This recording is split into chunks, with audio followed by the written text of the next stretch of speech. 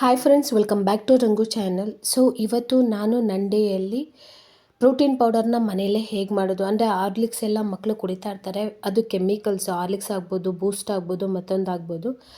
ಅದನ್ನು ಬಿಟ್ಟು ಮನೆಯಲ್ಲೇ ನಾವು ಹೇಗೆ ಹಾಲು ಜೊತೆ ಹಾಕೊಳ್ಳೋ ಪೌಡರ್ನ ಹೆಲ್ದಿಯಾಗಿ ಮಾಡ್ಕೋಬೋದು ಅಂತ ತೋರಿಸ್ತಾ ಇದ್ದೀನಿ. ಸೊ ವಿಡಿಯೋ ಎಲ್ಲೂ ಸ್ಕಿಪ್ ಮಾಡಿದೆ ಲಾಸ್ಟ್ವರೆಗೂ ನೋಡಿ ಅಂತ ಇವತ್ತಿನ ವ್ಲಾಗ್ ಸ್ಟಾರ್ಟ್ ಮಾಡ್ತಾ ಇದ್ದೀನಿ.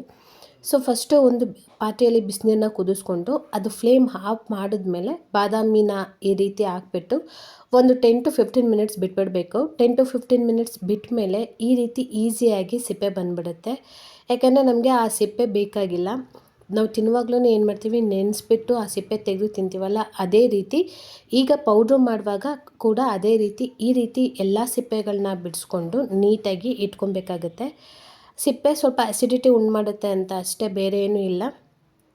ಈ ರೀತಿ ನೀಟಾಗಿ ಒಂದೊಂದೇ ಸಿಪ್ಪೆ ಈಸಿಯಾಗಿ ಬರುತ್ತೆ. ಅದಕ್ಕೋಸ್ಕರನೇ ಅಂದರೆ ಈ ರೀತಿ ನೀರಿಗೆ ಹಾಕೋದು. ರಾತ್ರಿ ಎಲ್ಲ ನೆನೆಸಿ ಮಾಡೋ ಬದಲು ಈ ರೀತಿ ಕ್ವಿಕ್ಕಾಗಿ 5 ನಿಮಿಷಕ್ಕೆ ಈ ರೀತಿ ಮಾಡಿದ್ರೆ ಚಕ ಚಕ ಅಂತ ಬಂದುಬಿಡುತ್ತೆ. ಒಂದು 15 ನಿಮಿಷಕ್ಕೆ ಈ ರೀತಿ ಆಗೋಗ್ಬಿಡುತ್ತೆ.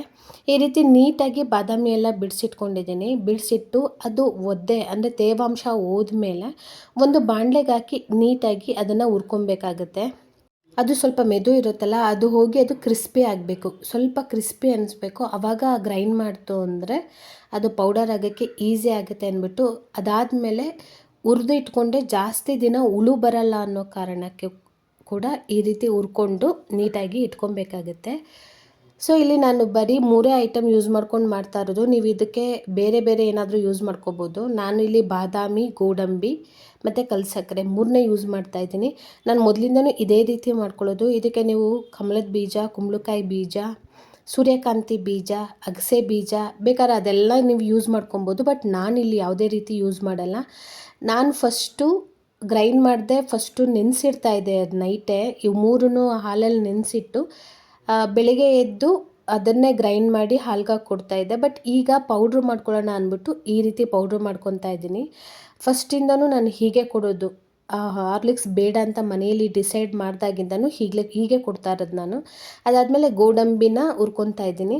ಬಟ್ ಪೌಡ್ರ್ ಮಾಡಿರಲಿಲ್ಲ. ಪೌಡ್ರ್ ಮಾಡ್ದೇ ಅದೇ ನೆನೆಸಿ ಈ ರೀತಿ ರುಬ್ಕೊಡ್ತಾಯಿದ್ದೆ. ಇಲ್ಲಾಂದರೆ ಹಾಗೆ ಡೈರೆಕ್ಟಾಗಿ ಸಿಪ್ಪೆ ತೆಗೆದು ಗ್ರೈಂಡ್ ಮಾಡಿ ಅದಾದಮೇಲೆ ಹಾಲ್ಗೆ ಹಾಕ್ಕೊಡ್ತಾಯಿದ್ದೆ. ಇದೇ ಫಸ್ಟು ಈ ರೀತಿ ಪೌಡ್ರ್ ಮಾಡ್ಕೊತಾ ಇದ್ದೀನಿ. ಅದಾದಮೇಲೆ ಇಲ್ಲಿ ನಾನು ಕೆಂಪು ಸಕ್ಕರೆ ತೊಗೊಂಡಿದ್ದೀನಿ. ಕೆಂಪು ಸಕ್ಕರೆನ ತೊಗೊಂಡು ಸ್ವಲ್ಪ ಕುಟ್ಕೊಂಡಿದ್ದೀನಿ, ಯಾಕಂದರೆ ಮಿಕ್ಸಿ ಹಾಳಾಗಬಾರ್ದು ಅಂದ್ಬಿಟ್ಟು ಅದನ್ನೆಲ್ಲ ಪೌಡರ್ ಮಾಡ್ಕೊತಾ ಇದ್ದೀನಿ. ಅದಾದಮೇಲೆ ಬಾದಾಮಿ, ಗೋಡಂಬಿನ ಕೂಡ ಪೌಡ್ರ್ ಮಾಡ್ಕೊತಾ ಅಂದರೆ ಕುಟ್ಬಿಟ್ಟು ಅಂದರೆ ಸ್ವಲ್ಪ ಕಲ್ಲಲ್ಲಿ ಕುಟ್ಟಿ ಪುಡಿ ಮಾಡಿಕೊಂಡು ಅದಾದಮೇಲೆ ಗ್ರೈಂಡ್ ಮಾಡ್ಕೊತಾ ಇದ್ದೀನಿ. ನೀಟಾಗಿ ಎಲ್ಲ ಗ್ರೈಂಡ್ ಆಗ್ತಾಯಿದೆ. ಗ್ರೈಂಡಾಗಿ 3 ಒಂದು ಕಡೆ ಹಾಕಿ ಮಿಕ್ಸ್ ಮಾಡಿಬಿಟ್ರೆ ಹಾಲು ಪೌಡ್ರು ರೆಡಿ ಆಗೋಗುತ್ತೆ. ತುಂಬ ಚೆನ್ನಾಗಿರುತ್ತೆ, ತುಂಬ ಟೇಸ್ಟಿಯಾಗಿರುತ್ತೆ, ಹೆಲ್ದಿಯಾಗಿರುತ್ತೆ. ಮನೇಲೇ ಮಾಡಿರೋವಂಥದ್ದು. ಯಾವುದೇ ಹಾರ್ಲಿಕ್ಸು, ಕಾಂಪ್ಲಾನು, ಬೂಸ್ಟ್ಗಿಂತ ಕಮ್ಮಿ ಇರಲ್ಲ. ಸೊ ಒಂದ್ಸರಿ ಟ್ರೈ ಮಾಡಿ ನೋಡಿ. ಟೇಸ್ಟ್ ಒಂಥರ ಡಿಫ್ರೆಂಟಾಗಿರುತ್ತೆ. ನೀವು ಉರಿಯೆಲ್ಲ ಡೈರೆಕ್ಟಾಗಿ ಹಾಗೆ ಮಾಡ್ತೀನಿ ಅಂದರೆ ನೀವು ಬಿಸಿಲಲ್ಲಿ ಚೆನ್ನಾಗಿ ಒಣಗಿಸಿ ಗ್ರೈಂಡ್ ಮಾಡಿ ಕೂಡ ಇಟ್ಕೊಬೋದು. ಸೊ ಟ್ರೈ ಮಾಡಿ ನೋಡಿ, ತುಂಬಾ ಚೆನ್ನಾಗಿರುತ್ತೆ. ನನಗಂತೂ ತುಂಬಾ ಇಷ್ಟ ಆಯಿತು ಟೇಸ್ಟು. ನಿಮಗೆ ಸ್ವಲ್ಪ ಸಕ್ಕರೆ ಅಂಶ ಜಾಸ್ತಿ ಬೇಕು ಅಂದರೆ ಕಲ್ಸಕ್ಕರೆ ಇನ್ನೂ ಸ್ವಲ್ಪ ಜಾಸ್ತಿ ಸೇರಿಸ್ಕೊಬೇಕಾಗುತ್ತೆ. ಕಲ್ಸಕ್ಕರೆ ಸ್ವೀಟ್ನ ಸ್ವಲ್ಪ ಕಮ್ಮಿನೇ ಕೊಡೋದು, ಜಾಸ್ತಿ ಕೊಡಲ್ಲ. ಸೊ ನನಗೆ ಒಂದು 3/4 kg ಇಂದ 1 kg ಆಗೋಷ್ಟು ಆಗಿದೆ. ತುಂಬ ಚೆನ್ನಾಗಿದೆ, ಟ್ರೈ ಮಾಡಿ. ಸೊ ಊರಿಗೆ ಹೋಗಿದ್ದೆ. ಊರಿಂದ ಏನೆಲ್ಲ ತಂದಿದ್ದೀನಿ ಅಂದರೆ ಮೆಣಸಿನ್ಕಾಯಿ ತಂದಿದ್ದೀನಿ. ಅಂದರೆ ಇದು ಗಿಡದಲ್ಲಿ ಇಷ್ಟು ಮೆಣಸಿನ್ಕಾಯಿ ಬಿಟ್ಟಿದೆ. ಮಿನಿಮಮ್ 1/4 kg ಬಿಟ್ಟಿದೆ. 1/4 kg ಮೆಣಸಿನ್ಕಾಯಿ. ಅದಾದಮೇಲೆ ಇಲ್ಲಿ 1.5 kg ಅಥವಾ 2 kg ಅಷ್ಟು ಬದನೆಕಾಯಿ ಇದೆ. ಸೊ ಇದು ನಮ್ಮ ಗಿಡದ್ದೇ. ಇದು ಒಂಥರ ಮೆಣಸಿನ್ಕಾಯಿ 2 ಥರ ಇದೆ ಆ್ಯಕ್ಚುಲಿ. ನೋಡಿ, ಇದೊಂದು ಥರ ಇದೆ, ಇದೊಂದು ಥರ ಇದೆ. 2 ಥರ ಮೆಣಸಿನ್ಕಾಯಿ ಇದೆ. ಅದಾದಮೇಲೆ ಇದು ಬದನೆಕಾಯಿ ಗಿಡದ್ದು ಮೊನ್ನೆ ಕೀಳ್ತಾ ಇದ್ನಲ್ಲ, ನೀವು ನೋಡ್ತಾ ಇದ್ರಲ್ಲ, ಅದೇ ಇದು. ಬ್ಯಾಂಗ್ಳೂರು ತರೋಣ ಅಂತಲೇ ಅದನ್ನು ಕಟ್ ಮಾಡ್ಕೊತಾ ಇದೆ. ಬದನೆಕಾಯಿ 2 kg ಅಷ್ಟಿದೆ. ಸೊ ಸಡನ್ನಾಗಿ ಬಂದಿದ ತಕ್ಷಣ ನಾನು ಹೇಳಿದ್ನಲ್ಲ, ಇಲ್ಲಿ ಯಾವುದೇ ರೀತಿ ನಾನು ತರಕಾರಿ ಇಟ್ಟೋಗಿರಲ್ವಲ್ಲ, ಬಂದಿದ ತಕ್ಷಣವೇ ತರಕಾರಿ ಮಾಡ್ಕೊಳ್ಳೋಣ ಅಂತ. ಸೊಪ್ಪು ಕೂಡ ಇತ್ತು, ಸಬ್ಸಿಗೆ ಮತ್ತು ಪಾಲಕ್ಕು ಎಲ್ಲ ಥರ ಸೊಪ್ಪಿತ್ತು. ಬಟ್ ಸೊಪ್ಪು ತರೋಕ್ಕಾಗಲಿಲ್ಲ ಆ್ಯಕ್ಚುಲಿ. ಇದೇ ಲಗೇಜ್ ಜಾಸ್ತಿ ಇರೋದ್ರಿಂದ ನಾನು ಇಷ್ಟೇ ತರೋಕ್ಕಾಗಿದ್ದು. ಅದಾದಮೇಲೆ ಸ್ವೀಟ್ಸ್ ಎಲ್ಲ ತಂದಿದ್ದೀನಿ. ಸೊ ಮೆಣಸಿನ್ಕಾಯಿ ಎಲ್ಲ ಈ ರೀತಿ ಸ್ಟೋರ್ ಮಾಡಿ ಇಟ್ಕೊಂಡ್ಬಿಡ್ತೀನಿ. ಇದು ಮಿನಿಮಮ್ ನನಗೆ ಕರೆಕ್ಟಾಗಿ 1 ತಿಂಗಳು ಬರುತ್ತೆ. ಯಾಕಂದರೆ ಇದು ಫ್ರೆಶ್ ಆಗಿ ಗಿಡದಿಂದ ಕಿತ್ಕೊಂಡು ಬಂದಿರೋದಲ್ವಾ. ಇದು 1 ತಿಂಗಳು ಬರುತ್ತೆ. ಯಾಕಂದರೆ ನಾವೀಗ ಅಂಗಡಿಯಲ್ಲಿ ತೊಗೊಂಡಿರೋದಲ್ಲೇ ಮಿನಿಮಮ್ ನನಗೆ 20 days ಬಂದೇ ಬರುತ್ತೆ. ಇದು 1 ತಿಂಗಳು ನನಗೆ ಕರೆಕ್ಟಾಗಿ 1 ತಿಂಗಳು ಬರುತ್ತೆ ಯೂಸ್ ಮಾಡದೆ ಹೋದರೆ. ಬಟ್ ಹಸಿಮೆಣ್ಸಿನ್ಕಾಯಿ 1 ತಿಂಗಳವರೆಗೂ ಬರಲ್ಲ, ಯಾಕಂದರೆ 1/4 kg ಇದೆಯಲ್ಲ. ಅಮ್ಮಮ್ಮನೇ 1 ವೀಕ್ ಅಥವಾ 10 ದಿನ ಬರ್ಬೋದು ಅಷ್ಟೇ. ಬಟ್ ಯೂಸ್ ಮಾಡದೆ ಹಾಗೆ ಇಟ್ಟರು 1 ತಿಂಗಳು ಬರುತ್ತೆ.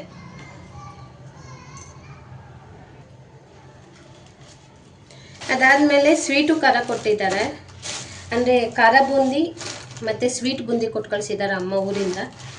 ಸೊ ಇದನ್ನೆಲ್ಲ ಒಂದು ಬಾಕ್ಸ್ಗೆ ಹಾಕಿ ಇಟ್ಕೊಬೇಕು. ಈಗ ಸ್ವಲ್ಪ ಇದನ್ನೇ ತಿನ್ನೋಣ ಅಂತ. ಅದಾದಮೇಲೆ ನಾನು ಬರ್ಡೇಗೆ ಅಂದ್ಬಿಟ್ಟು ಸ್ವೀಟ್ ಕೊಟ್ಟಿದ್ರು ಅಮ್ಮ, ಮೈಸೂರು ಪಾಕ್ ಮಾಡಿಕೊಟ್ಟು ಕಳಿಸಿದ್ರು. ಅದನ್ನು ಕೂಡ ತಿಂದೇ ಇರಲಿಲ್ಲ, ಯಾಕಂದರೆ ಊರಿಗೆ ಹೋಗೋ ಅರ್ಜೆಂಟಲ್ಲಿ ಏನೂ ತಿಂದಿರಲಿಲ್ಲ. ಸೊ ಇದನ್ನೆಲ್ಲ ಈಗ ಪ್ಲೇಟ್ಗೆ ಹಾಕ್ಕೊಂಡು ಸ್ವಲ್ಪ ಟೇಸ್ಟ್ ನೋಡ್ತೀನಿ ಎಲ್ಲನೂ.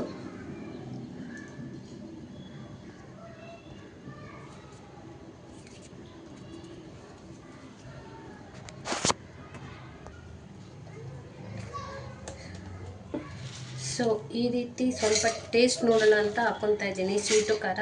ಈಗ ಬೂಂದಿ ತಿನ್ನಲ್ಲ. ನಂದೇನು ಪ್ಲ್ಯಾನ್ ಇದೆ ಅಂದರೆ ಅದಕ್ಕೆ ಪಾಯಸ ಮಾಡೋಣ ಅನ್ನೋ ಪ್ಲ್ಯಾನ್ ಇದೆ. ಅದಕ್ಕೆ ಪಾಯಸ ಮಾಡಿದ್ರೆ ತುಂಬಾ ಟೇಸ್ಟಿಯಾಗಿ ಬರುತ್ತೆ. ಸೊ ಫಂಕ್ಷನೆಲ್ಲ ಇದಕ್ಕೆ ಪಾಯಸ ಹಾಕಿ ಕೊಡ್ತಾರಲ್ಲ, ರವೆ ಪಾಯಸ. ಇದಕ್ಕೆ ಶಾವಿಗೆ ಪಾಯಸಕ್ಕಿಂತ ರವೆ ಪಾಯಸ ತುಂಬ ಚೆನ್ನಾಗಿರುತ್ತೆ. ಇದಕ್ಕೆ ಪಾಯಸ ಮಾಡೋಣ ಅಂದ್ಕೊಂಡಿದ್ದೀನಿ. ಸೊ ಬರೀ ಇಷ್ಟು ಟೇಸ್ಟ್ ನೋಡ್ತೀನಿ ಈಗ.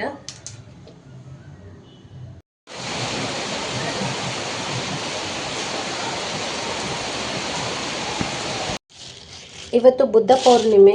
ಹುಣ್ಣಿಮೆ ದಿವಸ ನಾನು ಸತ್ಯನಾರಾಯಣ ಸ್ವಾಮಿ ಪೂಜೆಗೆ ಕೊಡ್ತೀನಿ. ಅಂದರೆ ಪ್ರತಿ ತಿಂಗಳೂ ಸತ್ಯನಾರಾಯಣ ಸ್ವಾಮಿ ಪೂಜೆಗೆ ದೇವಸ್ಥಾನಕ್ಕೆ ಪೂಜೆ ಕೊಡ್ತೀನಿ. 100 ರೂಪಾಯಿ ತೊಗೊತಾರೆ. ಸೊ ಅದರದ್ದು ಪ್ರಸಾದ ಇವತ್ತು ಹೋಗ್ಬಿಟ್ಟು ತಂದಿರೋದು. ಸೊ ಈ ರೀತಿ ಸಜ್ಜಿಗೆ ಪ್ರಸಾದ ಕೊಡ್ತಾರೆ. ಅದಾದಮೇಲೆ 2 ಬಾಳೆಹಣ್ಣು ಕೊಟ್ಟಿದ್ದಾರೆ. ಒಂದೊಂದ್ಸರಿ ಒಂದೊಂದು ಥರ ಕೊಡ್ತಾರೆ. ಕಾಯಿ ಕೊಡ್ತಾರೆ, ಬಾಳೆಹಣ್ಣು ಕೊಡ್ತಾರೆ, ಈ ಥರ ಕೊಟ್ಟಿರ್ತಾರೆ. ಇದು ಆ್ಯಕ್ಚುಲಿ ಸೀದಿರೋದಲ್ಲ, ಇದು ದ್ರಾಕ್ಷಿ, ಡ್ರೈ ಫ್ರೂಟ್ಸಲ್ಲಿ ಬರುತ್ತಲ್ಲ, ಡ್ರೈ ದ್ರಾಕ್ಷಿ ಅದು. ಸೊ ಪ್ರಸಾದ ಮಾತ್ರ ತುಂಬಾ ಚೆನ್ನಾಗಿದೆ. ನನಗೆ ಆ್ಯಕ್ಚುಲಿ ಈ ಪ್ರಸಾದ ತುಂಬ ಇಷ್ಟ ಆಗುತ್ತೆ. ಸೊ ದೇವ್ರದ್ದು ಪ್ರಸಾದ. ಅದಾದಮೇಲೆ ನನ್ನ ಫ್ರೆಂಡು ನಂಜನಗೂಡಿಗೆ ಹೋಗಿದ್ಲು. ಅವಳು ಕೂಡ ನಂಜನಗೂಡಿಗೆ ಪ್ರಸಾದ ಕೊಟ್ಟು ಕಳಿಸಿದ್ದಾಳೆ. ಒಂದು ಕೈ ಕಟ್ಟೋ ದಾರ ಕೊಟ್ಟಿದ್ದಾಳೆ. ಆಲ್ರೆಡಿ ತುಷಾರ್ಗೊಂದು ಕೊಟ್ಟಿದ್ದಾಳೆ, ಇದೊಂದು ಕೊಟ್ಟಿದ್ದಾಳೆ, ದಾರ ಕೊಟ್ಟಿದ್ದಾಳೆ. ಅದಾದಮೇಲೆ ಇದು ಲಾಡು ಕೊಟ್ಟಿದ್ದಾಳೆ. ಕಡಲೆಪುರಿ, ಬಾಳೆಹಣ್ಣು, ಹೂ, ಕಾಯಿ ಎಲ್ಲ ಕೊಟ್ಟಿದ್ದಾಳೆ. ಇದು ನಂಜನಗೂಡುದು ಶಿವಂದು. ಅವರು ನಿನ್ನೆ ಹೋಗಿದ್ರು, ಅಂದರೆ ನಿನ್ನೆ ನೈಟ್ ಹೋಗಿ ಇವತ್ತು ದರ್ಶನ ಮಾಡಿಕೊಂಡು ಮಧ್ಯಾಹ್ನಕ್ಕೆ ಬಂದಿದ್ದಾರೆ. ಸೊ ಇವತ್ತಿಗೆ 2 ಪ್ರಸಾದ ಬಂದಿದೆ. ಒಂದು ವಿಷ್ಣುದು, ಒಂದು ಶಿವಂದು. 2 ಪ್ರಸಾದನೂ ಮನೆಗೆ ಸೇರಿದೆ. ಇವತ್ತು ಸೋಮವಾರ, ಬಿಲ್ವಪತ್ರೆ ಕೂಡ ಬಂದಿದೆ. ಸೋಮವಾರ ಬಿಲ್ವಪತ್ರೆ. ಇವತ್ತು ಸೋಮವಾರ ಹುಣ್ಣಿಮೆ, ಸತ್ಯನಾರಾಯಣ ಸ್ವಾಮಿ ಪೂಜೆದು ಪ್ರಸಾದ ಎಲ್ಲ ಬಂದಿದೆ. ಥ್ಯಾಂಕ್ಸ್. ನೈಟು ಪ್ರಸಾದ ಎಲ್ಲ ತಂದು ಊಟ ಮಾಡಿದ್ವಿ. ಊಟ ಆಗಿತ್ತಾ ಇದ್ದಂಗೆ ಮಳೆ ತುಂಬ ಜೋರಾಗಿ ಬರೋಕ್ಕೆ ಸ್ಟಾರ್ಟ್ ಆಯಿತು. ಮಳೆ ಬಂತು ಅಂದರೆ ಖುಷಿ ಆಗುತ್ತೆ, ಯಾಕಂದರೆ ತುಂಬಾ ಸೆಕೆ ಆಗ್ತಾಯಿದೆ. ಈ ನಡುವೆ ಅಂತೂ ತುಂಬಾ ಸೆಕೆ ಆಗ್ತಾಯಿದೆ. ಹಾಟ್ ಅನಿಸುತ್ತೆ ಒಳಗಡೆ ಇರೋಕ್ಕೆ. ಸೊ ಮಳೆ ಬಂದಿದ್ದ ತಕ್ಷಣ, ಮಳೆ ಬರ್ತಾಯಿದೆ ಅಂತ ಸೌಂಡ್ ಕೇಳಿದ ತಕ್ಷಣ ಹೊರಗಡೆ ಹೋಗಿ ನಿಂತ್ಕೊಬೇಕು ಅನಿಸುತ್ತೆ. ಸಮ್ಮರ್ ಆಗಿರೋದ್ರಿಂದ ಮಳೆ ಬಂತು ಅಂದ್ರೇ ಏನೋ ಒಂಥರ ಖುಷಿ ಆಗುತ್ತೆ. ಅದು ಕೂಡ ಎಂಜಾಯ್ ಮಾಡ್ತಾಯಿದ್ದೆ ಹೋಗ್ಬಿಟ್ಟು.